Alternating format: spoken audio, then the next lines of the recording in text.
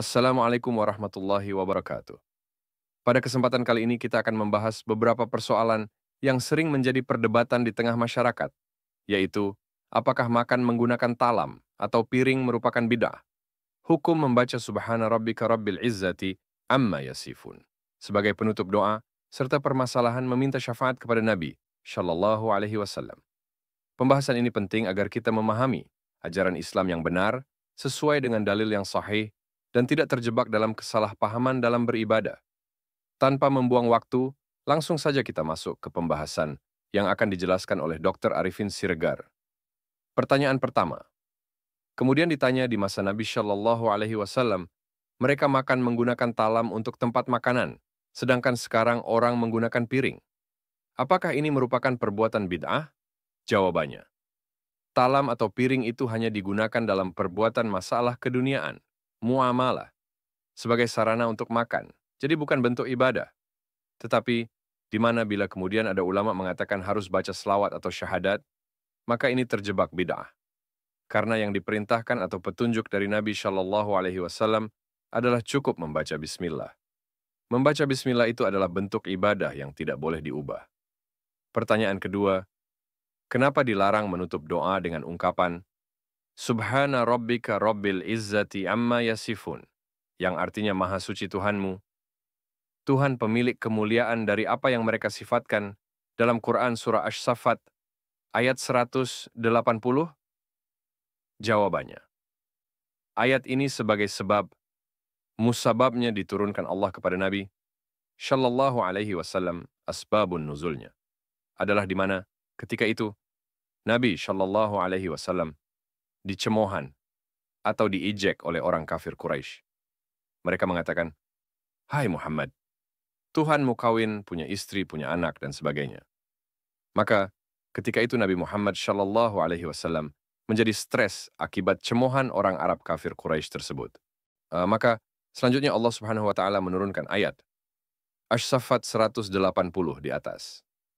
Setelah itu, kemudian barulah Nabi Muhammad Shallallahu Alaihi Wasallam tenang dan tidak stres lagi setelah menerima ayat Asy-Saffat 180 yang bunyinya Subhana Rabbika Rabbil Izzati Amma Yasifun. Komentar. Maka, bila ayat ini digunakan sebagai penutup doa, maka berakibat menuduh Nabi Muhammad mempunyai Tuhan. Akibat bunyi ayat tersebut, Subhana Rabbika Rabbil Izzati Amma Yasifun, yang artinya Maha Suci Tuhanmu, Tuhan pemilik kemuliaan dari apa yang mereka sifatkan.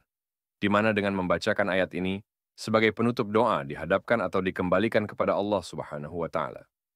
Maka, berakibat Maha Suci Tuhanmu, di mana katamu ini tentu artinya dihadapkan kepada Allah Subhanahu wa Ta'ala.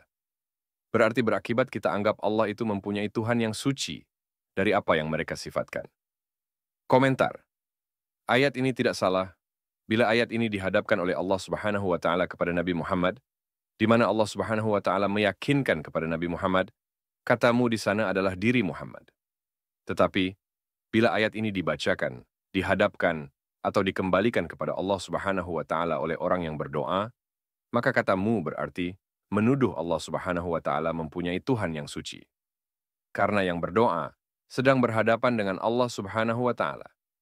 Berarti berakibat Tuhan mempunyai Tuhan. Komentar.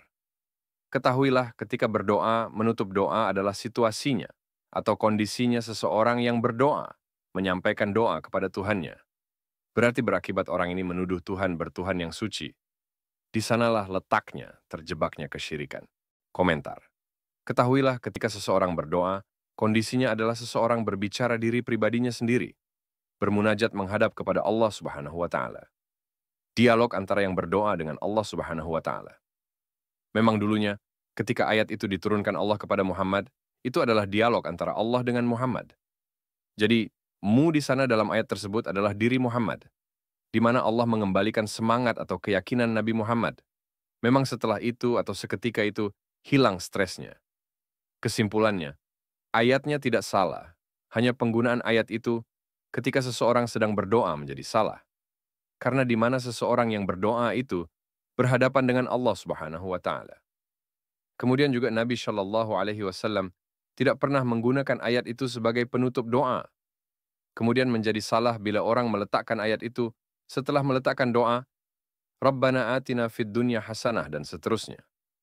Lalu disambung dengan ayat, Subhana rabbika rabbil izzati, amma yasifun sebagai penutup doa.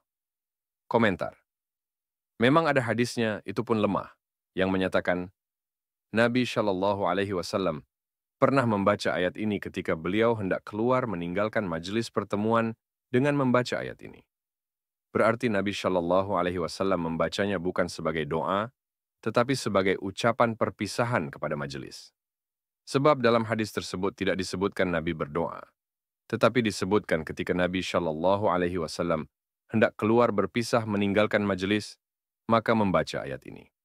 Dan hadis ini adalah hadis lemah. Pertanyaan ketiga, sangat mengherankan kalau di antara ulama memimpin doa mengatakan, marilah kita meminta kepada Nabi Shallallahu Alaihi Wasallam kelak di akhirat nanti memberikan syafaatnya kepada kita. Apakah ini melanggar Quran Surah Az-Zumar ayat 43 dan 44?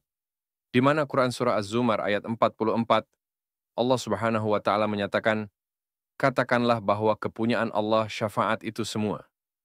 Kemudian Surah Az-Zumar ayat 43, di mana Allah Subhanahu wa Ta'ala menyatakan, apakah mereka meminta syafaat kepada selain Allah? Nah, komentar. Dari pernyataan Allah ini jelas Allah Subhanahu wa Ta'ala menegur atau marah kepada mereka yang meminta syafaat kepada selain Allah. Karena syafaat itu hanya kepunyaan Allah. Komentar. Memang ada hadis yang menyatakan, di mana Nabi Shallallahu Alaihi Wasallam akan memberikan syafaatnya kelak di akhirat nanti. Komentar. Pertama, kita tolak hadis ini karena sifat hadis adalah zanni atau disangsikan. Sedangkan sifat Al-Quran adalah qat'i, pasti. Jadi, kita harus berpegang kepada pernyataan Al-Quran atau Allah Subhanahu wa Ta'ala. Kedua, diartikan bahwa memang Nabi memberi syafaat di akhirat nanti, tapi hanya sebagai pengantar atau menyampaikan syafaat yang akan diberikan oleh Allah Subhanahu wa Ta'ala kepada seseorang.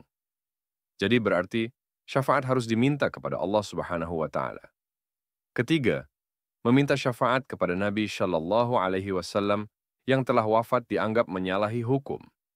Terlebih lagi, jika seseorang yang masih hidup di dunia memohon syafaat langsung kepada Nabi Shallallahu Alaihi Wasallam yang telah wafat, maka hal itu merupakan pelanggaran hukum, karena memohon kepada yang sudah wafat tidak dibenarkan.